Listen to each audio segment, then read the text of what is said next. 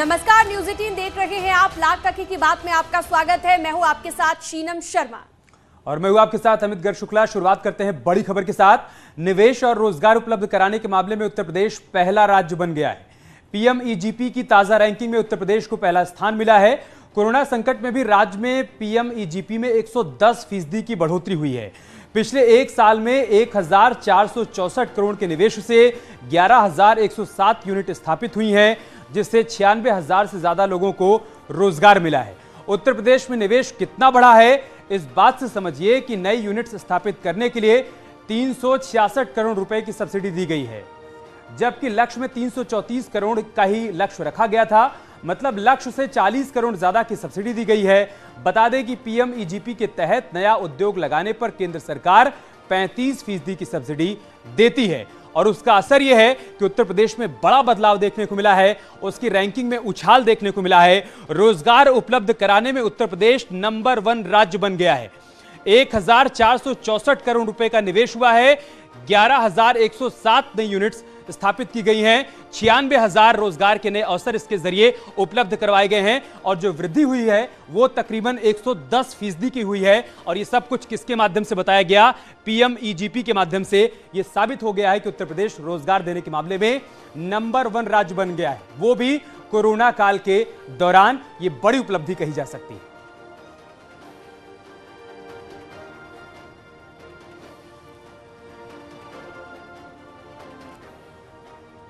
अप्रैल की शुरुआत के साथ ही महंगाई आसमान छू रही है। पेट्रोल और डीजल की बढ़ती कीमतें लोगों का दम निकाल रही है और अब सब्जियों के दाम नया रिकॉर्ड बनाने लगे हैं। सब्जियों के दाम में क्या बदलाव हुआ है, आप ये भी समझिए। बढ़ती कीमतों ने नींबू को आम इंसान की पहुंच से बाहर पहुंचा दिया है। 300 रुपए प्रति किलो बिक रहा है नींबू। ये फिलहाल मंडियों में ताजा हालात और आज की जानकारी है। बिल्कुल। टमाटर की बात करें, 40 रुपए प्रति किलो टमाटर हो चुका है। सब्जियां भी महंगी हो गई है। नींबू की हमने बात की। शिमला मिर्च की बात करें तो 120 रुपए प्रति किलो शिमला मिर्च बिक रही है।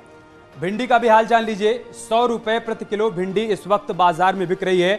आप सोचिए कैसे एक आम इंसान भिंडी खरीदेगा और खाएगा। आलू, जिसे सब्जियों का राजा कहा जाता है, 25 रुपए प्रति केजी उसकी कीमत है, जो कि लोगों की पहुंच से अब बाहर होता हुआ दिखाई दे रहा है। बिल्कुल। लौकी की बात करें, 60 से 80 रुपए प्रति किलो लौकी बिक रही है इस वक्त मार्केट में। और आम लोग ये भी नहीं खरीद पा रहे। लौकी को काफी सस्ती सब्जी माना जाता था। बीन्स की बात करें, 60 से 80 रुपए प्रति किलो ये भी हो चुकी है। यानी कि आम आदमी कैसे सब्जी खरीदे, आप खुद समझ सकते हैं। करेले का स्वाद और ज्यादा कड़वा हो गया है, क्योंकि वो 60 रुपए से 80 रुपए प्रति किलोग्राम बिक रहा है। आप सोचिए कि लोगों की जेब किस कदर ढीली पड़ रही है। बजट का पूरी तरीके से यहां पर दिवाला निकला हुआ है। लोग परेशान हैं। दाल के दामों में 16% की बढ़ोतरी देखने को मिली है और ये बीते कुछ समय की बात है। बिल्कुल। पहले पेट्रोल डीजल का बार,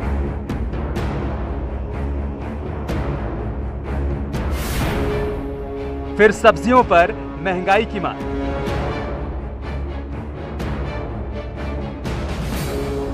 महंगाई का डबल अटैक। सब्जियों के रेट बहुत ज़्यादा बढ़ रहे हैं। धीरे धीरे सब्जियां दुगने से ज़्यादा कीमतों में बाजार में आ गई हैं। जो सब पेट्रोल और डीजल के रेट बढ़ने के कारण सब्जियां, ट्रांसपोर्ट महंगा होगा तो सब्जियां महंगी होगी। किचन का बजट तो वाकई बहुत ज़्यादा अफेक्टेड है। और खासकर जो आपने नींबू की बात की, आजकल लोग बहुत कॉन्शियस हो गए हैं विटामिन सी के लिए। पिछले 16 दिनों में पेट्रोल डीजल की कीमतें 14 बार बढ़ चुकी हैं। तो अब सब्जियों की बढ़ती कीमतों ने मध्यम वर्ग का दम निकालना शुरू कर दिया है। गर्मी के इस मौसम में नींबू आम इंसान की पहुंच से बाहर हो गया है। और हरी सब्जियां भी बहुत ज़्यादा महंगी हैं और मतलब आउट ऑफ रीच हो रही हैं। और सच में किचन का बजट तो आम आदमी के लिए गड़बड़ा ही रहा है। सब्जी कोई सी भी हो, हर बदलते दिन के साथ सब्जियों के रेट बढ़ते जा रहे हैं। परवल, भिंडी और करेला के दाम 100 के पार पहुंच गए हैं। तो मिर्च की महंगाई ने जायका बिगाड़ दिया है। भैया ये कुछ मौसम का भी मार है कि सब्जियां इसमें इस सीजन में कुछ सब्जियां सड़ती भी है कुछ, तो यहाँ अच्छी सब्जी का मतलब थोड़ा सा अच्छा रेट होता है। सब्जी में थोड़ा महंगा पड़ता है। अभी कोई राहत मिलने की उम्मीद नहीं है। अभी तो सरकार से ये निवेदन है कि पेट्रोल डीजल पे कुछ ध्यान दें, पब्लिक आम भूखे पे। सब्जी खरीदने आए प्रयागराज के वरुण जायसवाल का कहना है कि पहले जो सब्जी 100 रुपए में मिल जाती थी, बढ़ती महंगाई में 250 से 300 रुपए खर्च करने पड़ते हैं। सरकार को चाहिए कि इस ओर कदम उठाए। मुझे लगता है वो सब्जियां जो 100 रुपए की पहले आती थी वो आज की डेट में 200-250 रुपए की पहुंच गई हैं। कैसे मैनेज कर रहे हैं, क्या चाहते हैं सरकार से? सरकार से यही चाहते हैं कि थोड़ा सा नियंत्रण करें, सब्जियों के दाम में थोड़ा नियंत्रण करें, हरी सब्जियों का रेट थोड़ा कम कराएं, थोड़ा सा पेट्रोल और डीजल की कीमतों में नियंत्रण करें, जिससे कि माल ढुलाई की वजह से इनके रेट में कुछ गिरावट आए। ये तस्वीर सिर्फ प्रयागराज की नहीं है, कमोबेश हर शहर की यही तस्वीर है। बहुत तेज है भाई साहब, सब्जी बहुत तेज है, तेज नहीं बहुत ज्यादा तेज है। बीजेपी के राज में आने से और तेजी हो गई है इसकी। आम लोगों की पकड़ से ये सब्जियां दूर होती जा रही हैं, यानी कि जो आम लोग हैं वो महंगाई की डोज झेल रहे हैं और उनको महंगाई का सामना करना पड़ रहा है। आरिफ खान, न्यूज़ 18, आगरा। सब्जियों की महंगाई के पीछे पेट्रोल डीजल की बढ़ती कीमतें बड़ा कारण मानी जा रही हैं, जो कि लगातार बढ़ती जा रही हैं। बीते 15 दिनों में क्या बदलाव आया है पेट्रोल और डीजल की कीमतों में, वो भी हम आपको सिलसिलेवार तरीके से समझाएंगे। 21 मार्च से 6 अप्रैल के बीच क्या बदलाव आया है, आप ऐसे समझिए। 21 मार्च को पेट्रोल की कीमत 95 रुपए 26 पैसे थी, जो आगे बढ़ते बढ़ते कहां तक पहुंची? बिल्कुल, 22 मार्च की बात करें, 22 मार्च को 96 रुपए 6 पैसे पेट्रोल की कीमत थी। उसके बाद ये बढ़कर 23 मार्च को हो गई 96 रुपए 86 पैसे।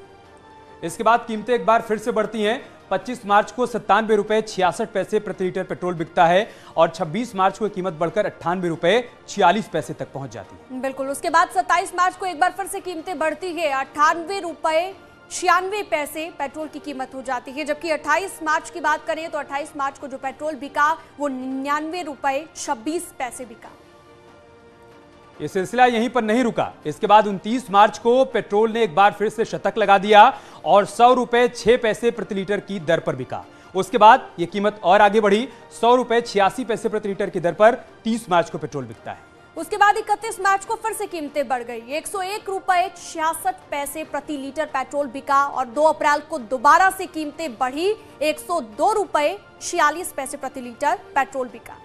उसके बाद 3 अप्रैल को कीमत 103 रुपए 26 पैसे हो जाती है प्रति लीटर और 4 अप्रैल को 103 रुपए 66 पैसे प्रति लीटर पेट्रोल बिकता है। 5 अप्रैल को कीमत बढ़कर 104 रुपए 46 पैसे पहुंच जाती है और 6 अप्रैल को बढ़कर हो जाती है 105 रुपए 26 पैसे। तो आपने देखा पिछले 15 दिनों में किस तरीके से पेट्रोल डीजल की कीमतों में उछाल आया है। पेट्रोल के आंकड़े फिलहाल हमने आपको बताए। दुनिया की सबसे बड़ी राजनीतिक पार्टी भारतीय जनता पार्टी ने 42वां स्थापना दिवस मनाया। जगह जगह कार्यालय पर बीजेपी का झंडा फहराया गया, कहीं शोभा यात्रा निकाली गई तो कहीं बीजेपी नेता पैदल मार्च निकालते हुए नजर आए। दिल्ली में जेपी नड्डा ने श्यामा प्रसाद मुखर्जी को नमन किया और बीजेपी का झंडा फहराया। वहीं लखनऊ में सीएम योगी ने झंडा फहराकर पैदल मार्च निकाला। उत्तराखंड के मुख्यमंत्री पुष्कर सिंह धामी देहरादून में शोभा यात्रा निकालकर स्थापना दिवस मनाते हुए नजर आए। इस दौरान पीएम मोदी ने वर्चुअली देश के तमाम बीजेपी कार्यकर्ताओं को मंत्र दिया। दिल्ली में जहां तमाम कैबिनेट मंत्री मोदी को सुनते हुए नजर आए, तो वहीं लखनऊ में सीएम योगी समेत तमाम बीजेपी नेता और यूपी सरकार के मंत्रियों ने पीएम मोदी का संबोधन सुना।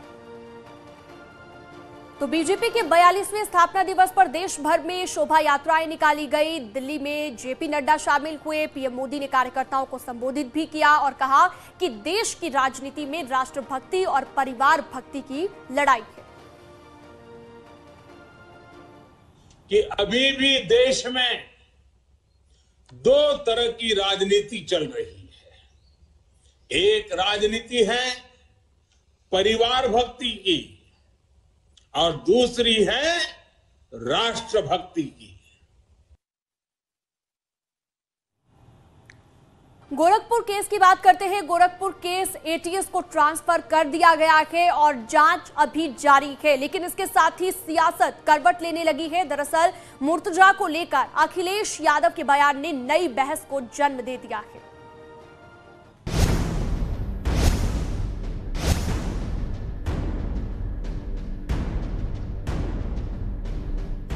गोरखनाथ मंदिर में हमले का आरोपी मुर्तजा पुलिस रिमांड पर है और जांच जारी है। गोरखपुर से लखनऊ, सिद्धार्थनगर से सहारनपुर तक उत्तर प्रदेश की सीमाओं से बाहर जांच का दायरा मुंबई और कोयंबटूर तक पहुंच गया, तो देश की सीमाओं को पार कर नेपाल तक। लेकिन इस पूरी कार्रवाई पर सियासत की सतह से सवाल भी खड़े हो रहे हैं। और उसके पिता ने जो कहा है कि साइकेट्रिक प्रॉब्लम थी, बाइपोलर इश्यूज हैं उसके साथ, मुझे लगता है वो पहलू भी देखना पड़ेगा। और बीजेपी तो वो पार्टी है जो बात को न जाने कितना खींच देती है। दरअसल अखिलेश यादव आरोपी मुर्तजा के पिता के उस बयान को कोट कर रहे हैं जिसमें मुर्तजा के पिता ने कहा था कि उनका बेटा मानसिक रूप से बीमार है। हालांकि अखिलेश यादव ने ये बयान जिस अंदाज में दिया उसने राजनीति को हवा दे दी। अब बीजेपी अखिलेश यादव पर सवाल खड़े कर रही है। अखिलेश यादव जी का पुराना ट्रैक रिकॉर्ड रहा है कि जब कहीं भी आतंकी की बात निकल कर के आती है तो उनका मन मचलने लगता है, उनका दिल नरम हो जाता है आतंकियों के प्रति, और आतंकवादियों को छोड़ने का उनका जो ट्रैक रिकॉर्ड रहा है। इसीलिए आज जब गोरखनाथ मंदिर की एक ऐसी घटना जो बहुत संवेदनशील है, जिस पूरे मामले में एटीएस जांच कर रही है, उसमें उनकी उदारता फिर छलकने लगी है, उनके दिल का दर्द आज फिर बाहर आने लगा है।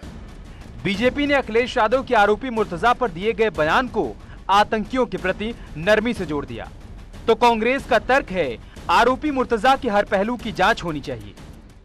सुरक्षा एजेंसियों को गहनता से जांच करनी चाहिए और सुरक्षा एजेंसियों को सभी पहलुओं पर जांच करनी चाहिए। इस बीच गोरखपुर केस को एटीएस को सौंप दिया गया है। मुर्तजा को लखनऊ लाया गया। लखनऊ और सहारनपुर से संदिग्धों को पकड़ा गया है।